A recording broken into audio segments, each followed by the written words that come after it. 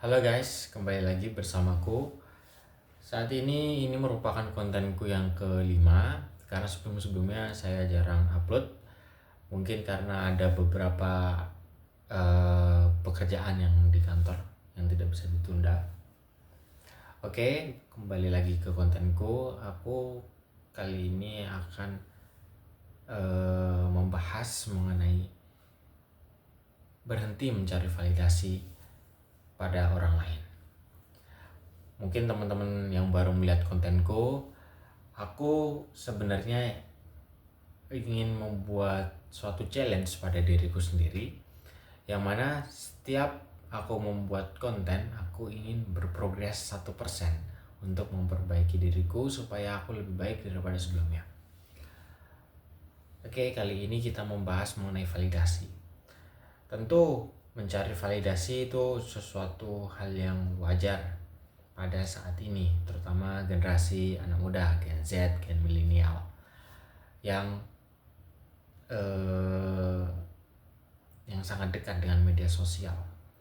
Namun itu tidak serta-merta menjadikan kita harus mendapatkan validasi dari orang lain. Bisa jadi validasi itu harus kita tumbuhkan dari kita sendiri. Kita tidak perlu mencari validasi dengan misalnya pujian-pujian orang lain, atau mungkin teman-teman sekalian yang punya media sosial, kita pasti melihat postingan-postingan itu yang kita upload sendiri, pasti bangga ketika memiliki like yang banyak. Itu salah satu bentuk validasi orang lain kepada kita. Namun apabila like itu jumlahnya lebih sedikit, itu membuat diri kita seolah-olah apakah aku jelek ya, apakah aku kurang kompeten ya, sehingga itu akan membuat diri kita atau rasa percaya diri kita turun. Sesungguhnya teman-teman, hal-hal seperti itu merupakan, atau kita ibaratkan seolah-olah kita membangun suatu rumah yang pondasinya itu di atas pasir, jadi bisa hancur lebur seperti itu. Maka yang perlu kita pikirkan dan juga renungi adalah tak perlu kita membuat orang lain bisa menilai kita, karena mereka tidak tahu seperti apa kita. Yang tahu nilai kita adalah kita sendiri. Maka dari itu, kita jangan sampai merubah diri kita hanya karena untuk mendapatkan validasi orang lain. Jadi ada beberapa tips ini teman-teman sekalian untuk membuat diri kita yakin akan nilai-nilai yang ada pada diri kita atau value yang kita miliki. Kita lo punya kemampuan, kita lo punya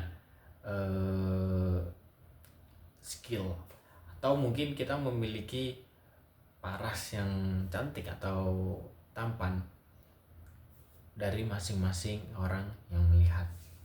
Namun perlu kita ketahui, semua itu diciptakan Tuhan yang sudah cetakannya seperti itu, maka kita syukuri. Tidak perlu kita harus merubah apa yang sudah diciptakan, kecuali yang bisa kita rubah. Misalnya Tuhan memberikan kita pikiran atau akal, kita bisa merubahnya itu, atau kita bisa memaksimalkannya dengan cara belajar, dengan cara membaca buku. Itu kita bisa maksimalkan. Jadi dari situ kita harus menggali potensi kita sendiri. Yang pertama nih, kita harus mengetahui dan juga menggali potensi yang ada dimiliki kita, yang ada pada diri kita, yang sudah dikaruniakan oleh Allah atau Tuhan. Jadi kita tidak perlu lagi membanding-bandingkan diri kita dengan orang lain, karena aku diciptakan begini, begitu juga dengan kau diciptakan seperti itu. Maka tidak sepatutnya aku membandingkan diriku dengan dirimu, karena masing-masing orang punya kelebihan. Itu yang pertama. Kemudian yang kedua adalah kita harus mengetahui tujuan kita. Tujuan pribadi kita apa? Jangan sampai tujuan kita ditentukan oleh orang lain atau kita malah diarahkan oleh orang lain terkait dengan tujuan kita. Kita harus mengetahui mengapa kita harus mendapatkan sesuatu itu. Jadi misal ketika kita kecil mungkin kita memiliki cita-cita yang unik daripada saat kita dewasa. Tentu cita-cita itu mungkin tumbuh dari rasa penasaran kita. Nah, pendek cerita, ketika kita sudah SMA, tentu cita-cita kita akan berubah karena kita mulai melihat realistisnya hidup ini.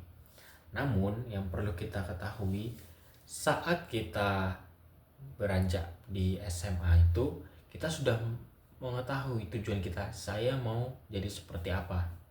Apakah saya akan menjadi birokrat? Apakah saya akan bekerja sebagai profesional atau content creator atau pengusaha dan lain sebagainya? Kita sudah memetakan diri kita. Kita sudah tahu tujuan kita.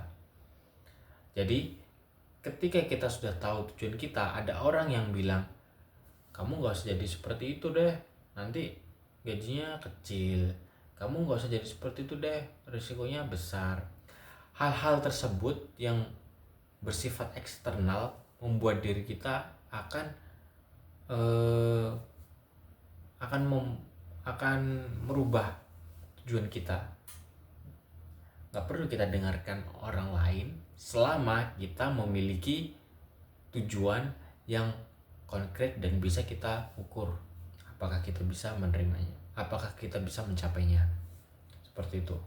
Gak perlu kita harus menunggu validasi dari orang supaya kita mengikuti tujuan orang tersebut.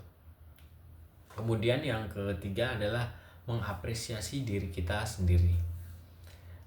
Dalam hal ini tentu sesuatu yang kecil pun atau sesuatu yang 0,00 sekian persen, yang penting itu kita bisa berprogres walaupun sekecil pun.